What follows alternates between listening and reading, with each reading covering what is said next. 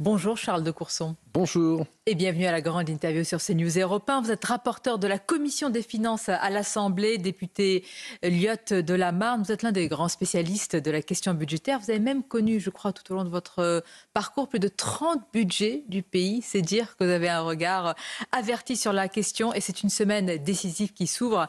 Monsieur le député, le Premier ministre va donc utiliser le 49.3 pour tenter de faire adopter le budget. Tout d'abord, est-ce que l'intérêt de la France est d'avoir un budget, comme l'a dit François Bayrou? Est-ce qu'un pays comme le nôtre ne peut pas rester dans une telle situation?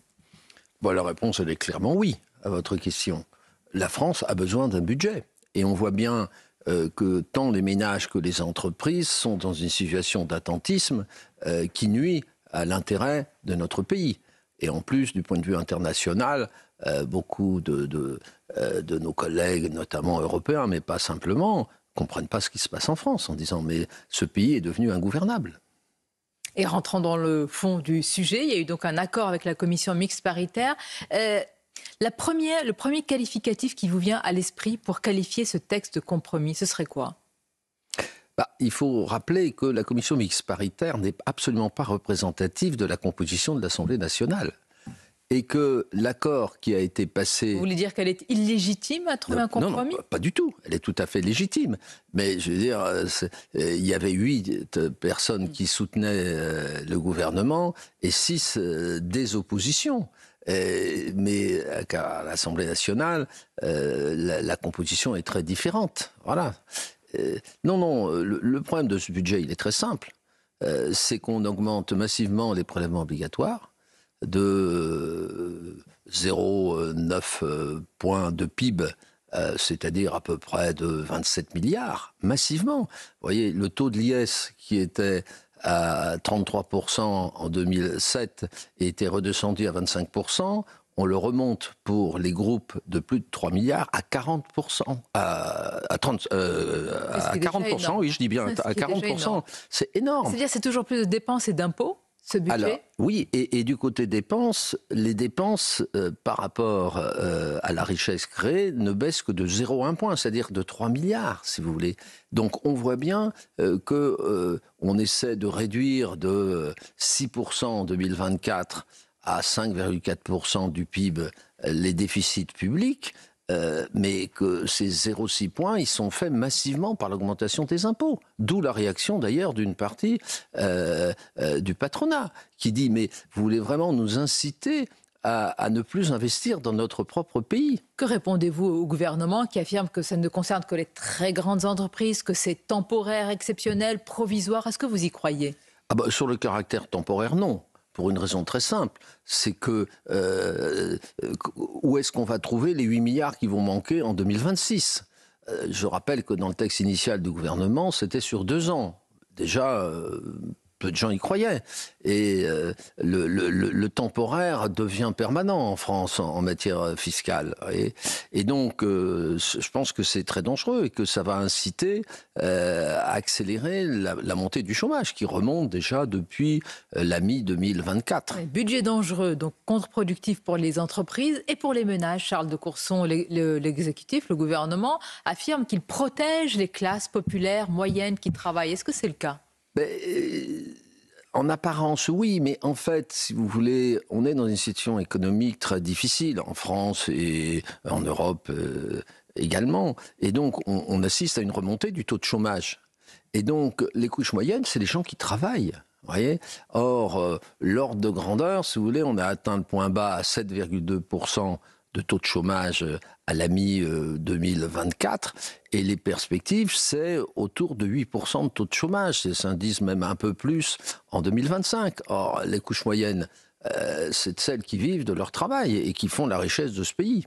Mais à vous entendre, il n'y a aucun intérêt, en tous les cas là je m'adresse aux députés que vous êtes, de voter un tel budget. Tout le monde sait que si le budget était mis au vote, il y aurait 300-350 voix contre. D'où le 49.3. Est-ce que c'est un outil, Charles de Courson? Vous avez une carrière parlementaire, un parcours parlementaire de très nombreuses années. Est-ce que vous considérez aujourd'hui que c'est un outil antidémocratique, contre même la vie, le travail du parlementaire que vous êtes? Le 49.3. Ah bah bien sûr, bien sûr. Dans une démocratie mature, d'ailleurs, tous les hommes politiques, y compris ceux qui les ont utilisés, Oui, 49.3 en droite et de voiture, en gauche, voilà, hein, ouais. vous diront la même chose. C'est que c'est la démonstration que notre démocratie ne fonctionne pas bien. Au lieu d'essayer de se mettre d'accord, si vous voulez, au moins dans un arc relativement large pour avoir une majorité stable sur quelque chose de raisonnable, on utilise le 49.3 pour forcer. Ça a été le drame, par exemple, de la réforme des retraites, où tout le monde savait que le texte serait repoussé s'il était mis aux voix. Et il a failli d'ailleurs être battu en 49.3. Voyez, et on a allumé un incendie social dans ce pays. Quelles que soient les convictions des uns et des autres, l'intérêt du pays, c'est quand même un minimum de consensus, y compris avec les forces sociales, Ça ne avec sera les pas le syndicats. cas. Ouais, puisque tout à l'heure, le Premier ministre va donc engager sa Oui. responsabilité. J'imagine que pour vous, la censure, c'est non. Ah non, non, moi je ne voterai pas la censure, alors que je suis contre ce budget, tout simplement, parce que je pense qu'il ne faut pas ajouter du chaos au chaos. Il pourrait y avoir un chaos encore plus grand si le budget, encore une fois, ne passe pas, si le gouvernement était censuré, parce que là encore, le gouvernement agite le chiffon rouge, une menace d'aggravation de la Si situation. vous voulez, le 43 va être utilisé dès aujourd'hui sur la loi de finances, mais il y a aussi la loi de financement de la sécurité sociale qui n'est toujours pas votée. Ceci dit, l'absence de loi de financement de la sécurité sociale est moins grave que l'absence de loi de finances. Pourquoi ? Parce que la fiscalité, elle est dans la loi de finances. Vous voyez, et donc, on a plus besoin d'un budget que d'une loi de financement. On peut différer de quelques mois, mais il faut aussi une loi de financement de la sécurité sociale. Mais c'est moins urgent, si je puis dire. Tout va dépendre aussi du groupe socialiste et du groupe RN. Là encore, incertitude des deux côtés, même si pour les socialistes, Charles de Courson, quand même, la série de concessions est chiffrée à 5 milliards. Si une censure coûte cher, une non-censure coûte sacrément cher aussi. Qu'en pensez-vous ? En fait, vous sous-estimez. Si vous prenez la lettre qu'a adressée début janvier le Premier ministre aux deux présidents des groupes socialistes de l'Assemblée et du Sénat, c'est pas 5 milliards, c'est 7. Ah oui, c'est 7, puisque nous ne sommes pas dans la marge d'erreur là. Vous avez, pour être précis, vous avez 5,8 milliards sur la loi de financement de la sécurité sociale et plus d'1 milliard, 1,3 milliard, 1,4 milliard net sur la loi de finances. Mais alors, Charles de Courson, expliquez à nos téléspectateurs et auditeurs. C'est pour ça News Europe 1, oui. C'est pour ça que le déficit prévisionnel de la loi de financement de la sécurité sociale, qui est estimé autour de 15, est déjà à 23. Et certains disent on va dépasser les 25. Attendez, ce sont encore des prévisions optimistes de la part du gouvernement qui vont être battues en brèche ? Bien sûr, mais ce n'est pas moi qui le dis. J'ai devant moi l'avis du Haut Conseil des finances publiques qui qualifie le réajustement à la baisse de la croissance et de l'augmentation des prix comme un peu optimiste. Vous savez, ils sont toujours... Voilà. Pour être précis, si vous voulez, la loi de finances initiale avait été fondée sur une croissance de 1,1%. Elle vient d'être réajustée à 0,9%. Le consensus est plutôt autour de 0,7%. Ouais. Et sur les prix, la loi de finances initiale était fondée sur 2%. Réajuster un 8, puis un 5, puis un 4, et on va finir probablement à un 2. Mais d'accord, mais ceux qui nous écoutent et nous regardent ce matin ont envie de comprendre pourquoi ces prévisions tellement optimistes, sachant que ce n'est pas la réalité. C'est une insincérité ou c'est un optimisme béat ? Mais c'est très simple. Plus vous dégradez les prévisions économiques, plus vous perdez des recettes. Pour vous donner un ordre de grandeur, le gouvernement va déposer tout à l'heure les amendements pour tenir compte de la chute des recettes liées à la dégradation des perspectives économiques. Moi, je pense qu'il faut à peu près doubler sur ce que va annoncer le gouvernement, c'est-à-dire une Doublement ? Doublement, c'est-à-dire au lieu d'avoir une perte de 3 milliards, on serait plutôt à 6, 7, 8, voyez, et donc qui aggrave les déficits publics.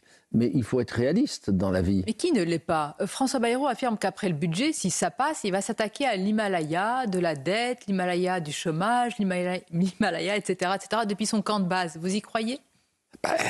Pour ça, il faut avoir des coulis. Et les coulis, c'est une majorité stable et solide. Sinon, on dégringole de la montagne ? Il ne l'a pas. Je veux dire, je ne vois pas dans la composition actuelle de l'Assemblée nationale comment on peut redresser les finances publiques. C'est pour ça que j'avais refusé quand Michel Barnier m'avait proposé de rentrer au gouvernement. Je lui ai dit, Michel, tu n'as ni majorité stable et solide et tu n'as pas le temps. Et aujourd'hui, c'est la même chose alors? Ben, je pense, oui, c'est la même situation. Mais vous savez, la crise politique, on ne peut en sortir qu'en revenant devant le peuple. Alors, j'allais vous interroger sur ce sujet. Charles de Courson, on connaît votre position. Vous avez estimé depuis déjà des mois que le problème était à l'Élysée en réalité. C'est la même chose aujourd'hui? Vous le pensez toujours? Ah ben, le problème n'est pas à l'Élysée. Le problème, c'est que, naturellement, si le président démissionnait, ça permettrait de nouvelles élections présidentielles dans la foulée dès juillet ou à l'automne des élections législatives, dont on peut espérer que le peuple français donnerait au nouveau président ou à la nouvelle présidente une majorité. Voilà. Mais cette hypothèse, elle est totalement exclue. Le président a dit et redit qu'il a été élu tout à fait démocratiquement et qu'il achèverait son mandat. Bon, donc cette première hypothèse, elle est fermée. Il y en a une deuxième, c'est une nouvelle dissolution à partir du 6 juillet de cette année. Mais si on veut essayer d'avoir quelque chose de plus cohérent, encore faudrait-il modifier le mode de scrutin avec une proportionnelle départementale, au moins dans les grands départements, de façon à aider nos collègues socialistes et nos collègues aussi verts, etc., d'avoir une autonomie. Par rapport notamment à la France insoumise. Je voudrais justement vous intéresser sur ce sujet parce qu'il y a eu une législative partielle importante avec l'éclatante défaite, si je puis dire, pour lui et Boyard de la France insoumise à Villeneuve-Saint-Georges. Face à une droite LR, Charles de Courson, qui remporte la mairie, la France insoumise voulait vraiment faire de cette commune un véritable laboratoire. Comment vous avez réagi à leur défaite ? Je pense qu'elle s'explique d'une façon très simple. C'est qu'il n'y a pas eu de fusion de la liste de la gauche non LFI avec la liste LFI. Et la moitié des électeurs qui avaient voté pour une liste de gauche non LFI ont refusé de voter au second tour pour la liste LFI. D'accord, donc point de salut s'il n'y a pas l'union des gauches. Mais cette remarque s'applique aussi à la droite et au centre. Oui, sauf que la droite et le centre n'y croient pas. L'union des droites, c'est exclu. Hein, non, mais je ne parle pas de cela. Je parle, vous savez qu'il y avait une autre liste, disons, de droite républicaine, voilà, et qui aurait pu faire échouer le succès de cette liste. Voilà. Et donc, je pense que c'est une leçon de démocratie, qui est que dans la vie démocratique, il faut savoir composer et unir, et pas diviser. C'est intéressant, unir plutôt que diviser. Jean-Luc Mélenchon qui plaide pour une nouvelle France, dans la ruralité, une France des quartiers populaires qui va remplacer, a-t-il dit, cette France rurale. Il affirme que cette ruralité qu'on nous jette à la figure n'existe pas, que c'est un fantasme. Alors vous êtes élu de la Marne, quand même, ça, il y a beaucoup de... C'est en partie un département rural. Est-ce que vous estimez que cette ruralité n'existe pas ? Non, mais attendez, c'est une méconnaissance totale de la réalité française. Le monde rural, c'est grosso modo un tiers de la population française et 80% de son territoire. Voilà. Moi, j'ai une circonscription à 90%, voire à 100% rurale. Je la connais bien. Elle est, pour une bonne partie, extrêmement dynamique, contrairement à l'image de ceux qui ne connaissent pas le monde rural. Moi, je vous donne deux exemples tirés de ma circonscription. On a le plus grand lac artificiel de France, qui s'appelle le lac du Der.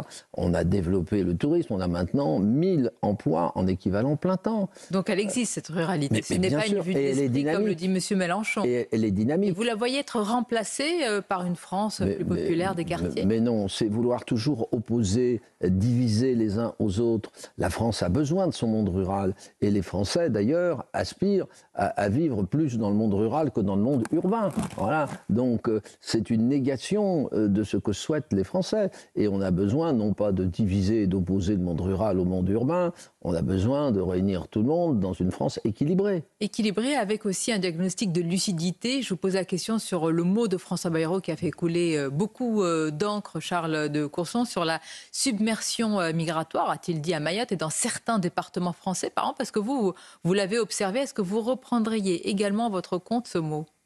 Non, mais il a dit, pour être précis, il a parlé du sentiment de subversion. Alors, c'est pas un sentiment quand vous êtes à Mayotte. à Mayotte. Estelle Youssouffa, voilà. députée Lyotte que vous connaissez très bien, nous l'a dit à ce micro. Mais bien sûr. C'est une réalité. Et dans d'autres départements. Donc on a le cas aussi de la Guyane. Où on a maintenant un tiers de la population plus ou moins clandestine qui vient du Suriname, un peu du Brésil. Vous voyez, on a comme ça des territoires dans les dom-toms. Mais je pense qu'il faut faire attention dans l'utilisation des mots. C'est pas François Bayrou que j'apprendrai la portée des mots. Hein. Et je pense que il aurait mieux fait de ne pas prononcer ce mot comme ça, de dire on ne peut pas accepter que des parties du territoire de la République aient des proportions aussi élevées de clandestins. Ça c'est pas possible. Et ça pousse les gens à l'extrémisme. Ça pousse les gens à l'extrémisme. Quelle est la réalité sur le terrain? C'est faux ce qu'il dit? Il attise pour vous les... Non, mais c'est vrai qu'il y a un énorme problème en Guyane et à Mayotte.